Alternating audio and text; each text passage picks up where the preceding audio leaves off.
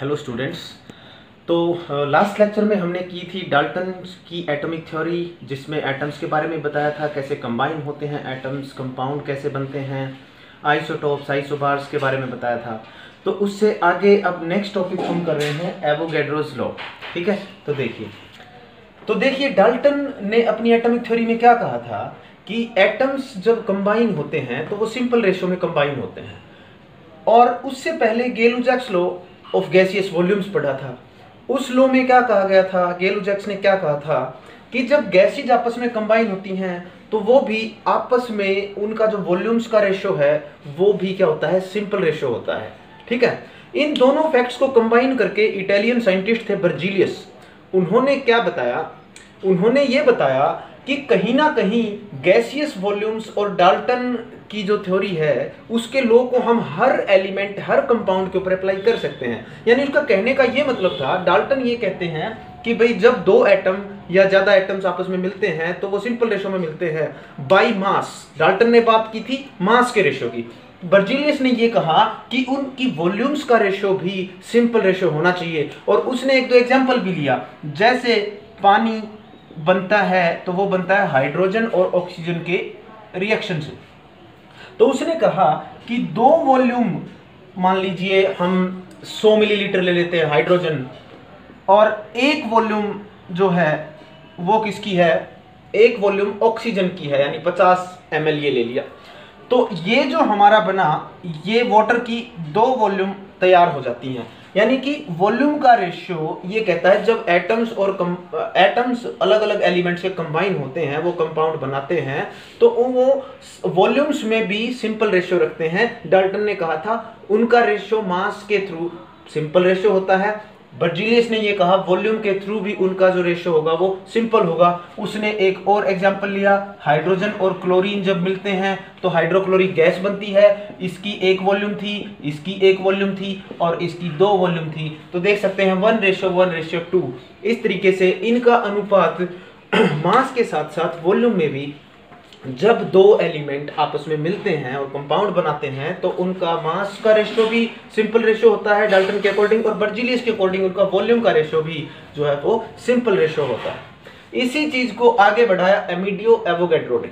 उन्होंने क्या किया, उन्होंने इस चीज को अलग अलग एक्सपेरिमेंट से देखा और ये पाया कि equal volume of all gases under similar condition of temperature and pressure contains equal number of molecules। ये कहता है कि बराबर वॉल्यूम किसी भी गैस की, जैसे ये हाइड्रोजन है, ये ऑक्सीजन है, इसका 100 मिलीलीटर ले लिया हमने, इसका 100 मिलीलीटर ले लिया हमने, मान लीजिए इसमें 1 मिलियन यानी 10 लाख मॉलिक्यूल हैं हाइड्रोजन के, तो इसमें भी 10 लाख ऑक्सीजन के 100 मिलीलीटर में ऑक्सीजन के 10 लाख मॉलिक्यूल होंगे। H2O अगर वो भी गैसियस फॉर्म में है तो उसके भी 100 मिलीलीटर में H2O के 10 लाख मॉलिक्यूल होंगे। यानी कि गैसेस के ऊपर इन्होंने अपना रूल दिया, एवोगैड्रो हाइपोथेसिस भी बोलते हैं इसको, एवोगैड्रो लॉ भी बोलते हैं। इसके अकॉर्डिंग क्या है, सभी गैसेज जिनकी वॉल्यूम इक्वल है वो under similar condition of temperature and pressure, यानी कि एक जैसे टेम्परेचर और प्रेशर की कंडीशन में उनके अंदर मॉलिक्यूल्स की संख्या भी क्या होगी, वो बराबर होगी। और हम ये बोल सकते हैं volume of A gas directly depend on it's number of molecule. ये एक्सप्रेशन हमें यहां से मिलता है। इसका सीधा मतलब ये है कि नंबर ऑफ मॉलिक्यूल, जितने ज्यादा मॉलिक्यूल होंगे उतनी ही ज्यादा वॉल्यूम होगी। हम ये बोल सकते हैं। अगर हम इसको ग्राफिकली रिप्रेजेंट करें तो हम इसको ग्राफिकली रिप्रेजेंट कर सकते हैं ऐसे, straight line graph. Straight line graph का मतलब क्या है, जैसे जैसे नंबर ऑफ मॉलिक्यूल बढ़ते जाएंगे वैसे वैसे वॉल्यूम भी बढ़ती जाएगी। ठीक है, जब कोई मॉलिक्यूल नहीं था तो वॉल्यूम भी कोई नहीं थी, जब इतने मॉलिक्यूल थे तो इतनी वॉल्यूम थी, जब मॉलिक्यूल्स की संख्या और बढ़ गई तो वॉल्यूम भी और बढ़ गई। तो इस तरीके से ये हम अच्छे से समझ सकते हैं। बिल्कुल सिंपल सा रूल है ये सिंपल सा रूल क्या कहता है कि कोई भी गैस है अगर उसकी वॉल्यूम बराबर है एक दूसरी गैस के, तो उन दोनों गैसेज में मॉलिक्यूल्स की संख्या बराबर होगी। स्टूडेंट्स, मैं आपको फिर से बताना चाहता हूं, एटम्स और मॉलिक्यूल्स में कंफ्यूज बहुत बच्चे होते हैं। मैं सबको बता देना चाहता हूं कि ये हाइड्रोजन का एटम है और ये हाइड्रोजन का मॉलिक्यूल है, ये ऑक्सीजन का एटम है और ये O2 और O3 ये मॉलिक्यूल्स हैं। ठीक है, H2O क्या है, मॉलिक्यूल है। तो मैं आपको बता देना चाहता हूं कि सेम या डिफरेंट टाइप के जब दो या ज्यादा एलिमेंट कंबाइन होते हैं या दो या ज्यादा एटम कंबाइन होते हैं तो वो मॉलिक्यूल बनाते हैं, और अकेला एक क्या कहलाता है, एटम कहलाता है। केमिस्ट्री की टर्म में मैं फिर से डिफाइन कर देता हूं, एटम वो छोटे से छोटा पार्टिकल है जो किसी केमिकल रिएक्शन में पार्टिसिपेट करता है और वो इंडिपेंडेंटली एग्जिस्ट कर भी सकता है और नहीं भी कर सकता। जैसे कि हाइड्रोजन की बात करें हम, वो इंडिपेंडेंटली एग्जिस्ट नहीं करता, हाइड्रोजन H2 के फॉर्म में मिलेगा या किसी और कंपाउंड की फॉर्म में मिलता है, ठीक है। लेकिन गोल्ड है, प्लेटिनम है, सिल्वर है, ये कुछ ऐसे एटम हैं जो अकेले भी एग्जिस्ट कर सकते हैं, फ्रीली स्वतंत्र रूप से पाए जा सकते हैं, ठीक है। तो एटम्स और मॉलिक्यूल्स में बिल्कुल कंफ्यूज नहीं होना है। अब मैं फिर से बता रहा हूं, एवोगैड्रोस लॉ, इस लॉ के अकॉर्डिंग जब दो गैसेज जिनकी वॉल्यूम बराबर है under similar condition of temperature and pressure, तो उनके अंदर मॉलिक्यूल्स की संख्या भी बराबर होगी, ठीक है। तो नेक्स्ट टॉपिक है हमारा एटॉमिक मास, एटम का मास, ठीक है। अब आप सोचिए कि एटम की जो रेंज होती है ना, वो 10 की पावर -14, 10 की पावर -15, इस रेंज का होता है एटम। तो इतने छोटे साइज का मास हम डायरेक्ट ज्ञात कर सकते हैं क्या? बहुत मुश्किल है। वैसे आज के समय अपने पास मास स्पेक्ट्रोमीटर एक ऐसा इंस्ट्रूमेंट है जिससे हम एक्यूरेटली किसी एक एटम का मास ज्ञात कर सकते हैं, लेकिन हम बात कर रहे हैं 19वीं शताब्दी की, जिस समय ये सब कंसेप्ट था ही नहीं मास स्पेक्ट्रोमीटर का।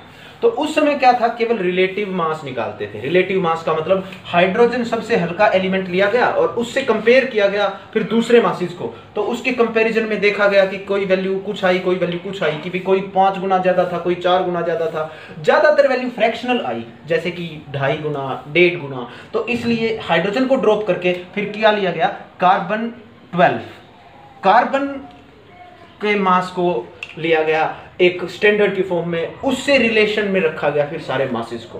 तो एटॉमिक मास क्या है, इनफैक्ट कार्बन 12 से रिलेट करके कोई एटम कितना हल्का या कितना भारी है उससे, उसके रिलेशन से एटॉमिक मास को निकाला गया। और एटॉमिक मास की अगर हम डेफिनेशन दें तो हम बोलेंगे carbon average atomic mass of an element as compared to or as in relation with carbon 12 atom is called its atomic mass। average atomic mass ये हम अभी डिस्कस करेंगे।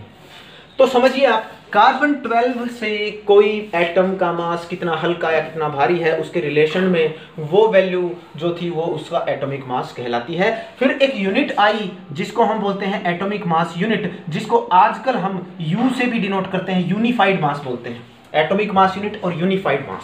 तो ये क्या है, ये कहता है कि कार्बन 12 क्यों लिखा जा रहा है, क्योंकि कार्बन के 3 आइसोटोप होते हैं जनरली, कार्बन 12, कार्बन 13 और कार्बन 14। इसमें 98 पॉइंट कुछ प्रतिशत कार्बन 12 ही पाया जाता है।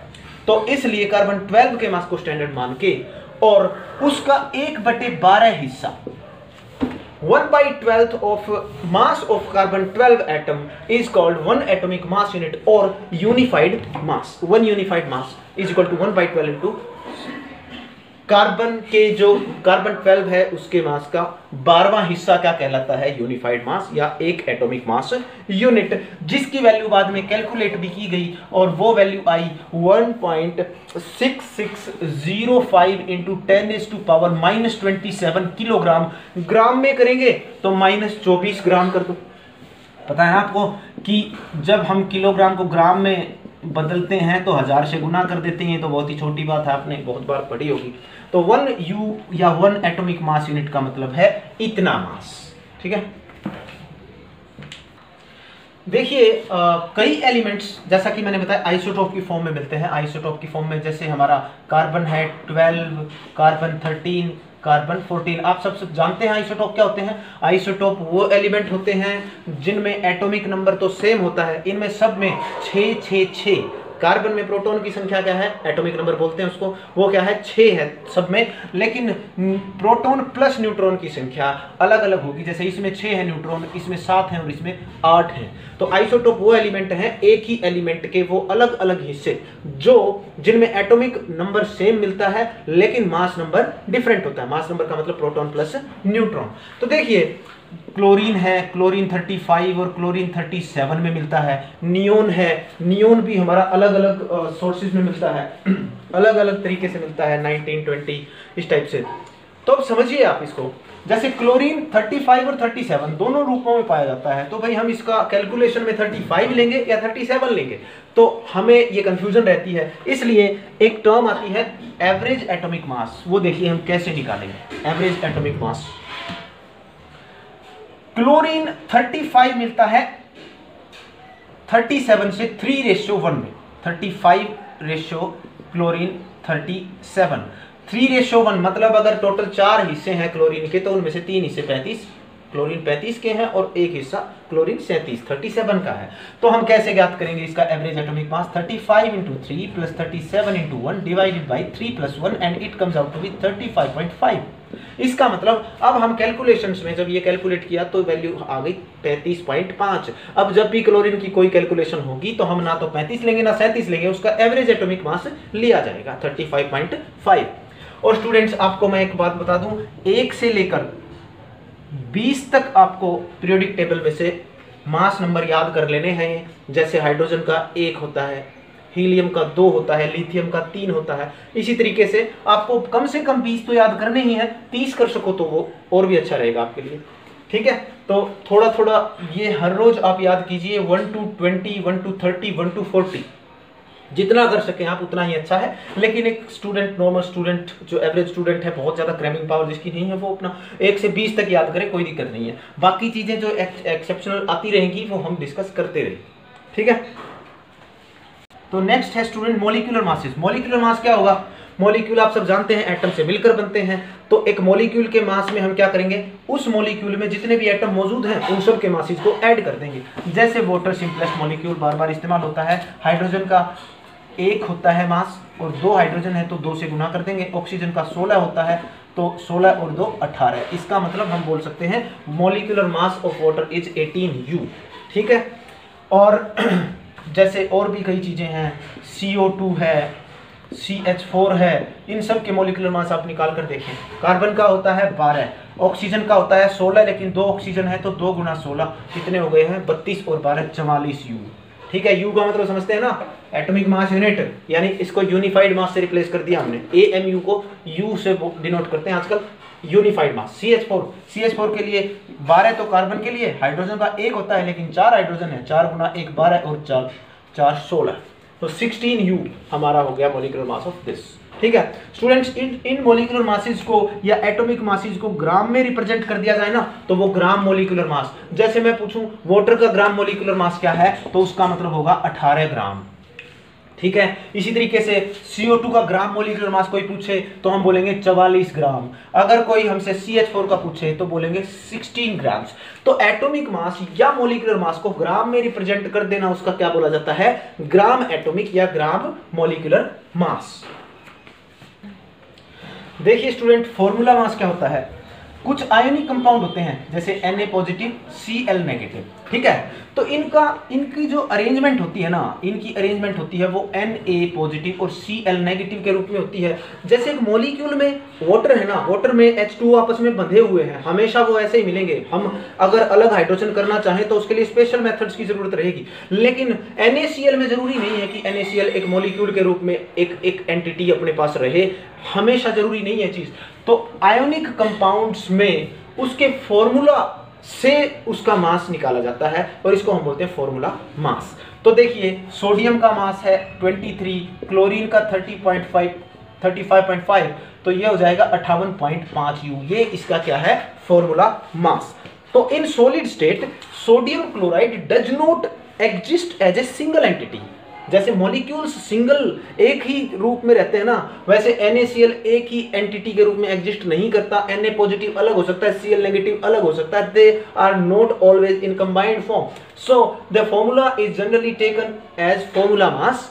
और हम बोल सकते हैं कि आयंस जो होते हैं ना एक आयनिक कंपाउंड में, उन आयंस का अलग अलग मास निकालो, जोड़ो। ज्ञात करने का तरीका वही है कि भाई जितने आयन है उनका मास प्लस कर दो आपस में, वो हो जाएगा उसका फॉर्मूला मास। लेकिन इस आयनिक कंपाउंड को एक फॉर्मूला से रिप्रेजेंट किया जाता है, इसलिए इसको फॉर्मूला मास बोलते हैं। तो स्टूडेंट कुछ प्रैक्टिस करते हैं अब हम कैसे मॉलिक्यूलर मासेस निकाले जाते हैं। तो देखिए जैसे HCl कंपाउंड है हमारा, हाइड्रोजन का 1 होता है, क्लोरीन का 35.5, तो वैल्यू कितनी आ गई? 36.5। ठीक है, अगर इसका ग्राम मॉलिक्यूलर मास पूछें तो 36.5 ग्राम। ठीक है, वैसे 36.5 U यानी यूनिफाइड मास। H2SO4 के लिए 2 हाइड्रोजन है और एक हाइड्रोजन का मास 1 होता है। सल्फर का मास 32 होता है। ऑक्सीजन का 16 होता है और 4 ऑक्सीजन है तो 16 गुना 4। हम 32 और 2 कितना हो गया 34 और 64 निकालेंगे तो 98 U निकलेगा ये। तो H2SO4 का मास कितना हो गया 98 U। ठीक है। NaOH, Na के लिए 23, ऑक्सीजन के लिए 16, हाइड्रोजन के लिए 1 तो 23 और 17 40 40 U। NaOH का मोलिकुलर मास कितना हो गया है 40 U। Na2CO3 सोडियम के लिए 23 और 2 सोडियम है तो 2 गुना 23 प्लस कार्बन के लिए 12 और 16 3 48। इनको कैलकुलेट कर लीजिए आप।